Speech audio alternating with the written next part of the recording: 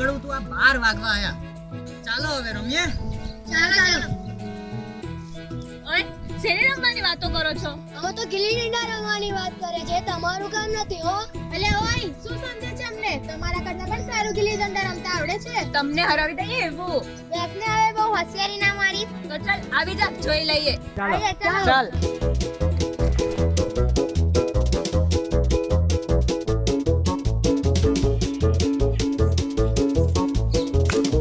ઓય મારા આયા ભાગો.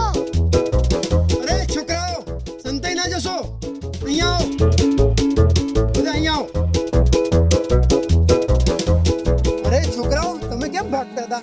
મને બતાવો, શું રમતા હતા? સર અમે ગિલ્લી દંડા રમતા હતા. સારું, મને એ બતાવો કે તમે ગિલ્લીનું માપ કઈ રીતે લો છો? સર અમે દંડા વડે માપ લઈએ છીએ. જો દંડા સિવાય રેત વડે પણ માપ લઈ શકાય. સર એ કેવી રીતે લેવાય? જો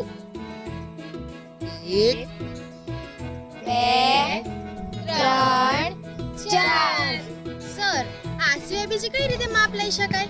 આ સિવાય પગલાથી પણ માપ લઈ શકાય. જો 1 2 3. હા સર, હું પગ અને વ્યક્તિ માપતા શીખી ગયો છું. સર મને વ્યક્તિ માપ હોય તો માપી શકાય? હા મને આવડે છે. 1 2 3 4 5 6 7. હું 7 એટલો છું. વેરી ગુડ બાળકો, સરસ. આ સિવાય તમે જાણો છો બીજી શેને રીતે તમે આપી શકાય?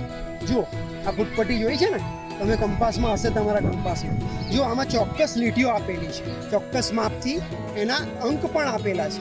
હવે જો આ નાની ફૂટપટ્ટી છે તો એમાં 15 સુધી અંક આપેલા છે, તો આને 15 સેન્ટીમીટરની ફૂટપટ્ટી કહેવાશે. બરાબર?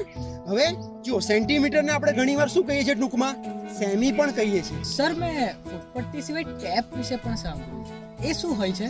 જો એને ટેપ ના કહેવાય, એને મેજર ટેપ કહેવાય. એ કેવી હોય? આવી હોય. તમે દરજી કાકા જોડે જાઓ છો સ્કૂલનો યુનિફોર્મ સીવડાવવા, તો એ શેનો ઉપયોગ કરે છે? મેજર ટેપનો ઉપયોગ કરે છે. મેજર ટેપનો ઉપયોગ ક્યાં થાય? બહુ મોટું માપન કરવાનું હોય, કોઈ ગોળાકાર વસ્તુનું માપન કરવાનું હોય, કોઈ વાંકી ચૂકી લાઈનનું માપન કરવાનું હોય, ત્યારે આ મેજર ટેપનો ઉપયોગ થાય છે.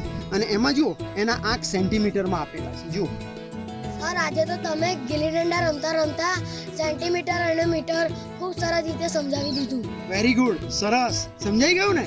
ચાલો આજે તો હું પણ તમારી સાથે રમીશ. ચાલો ચાલો.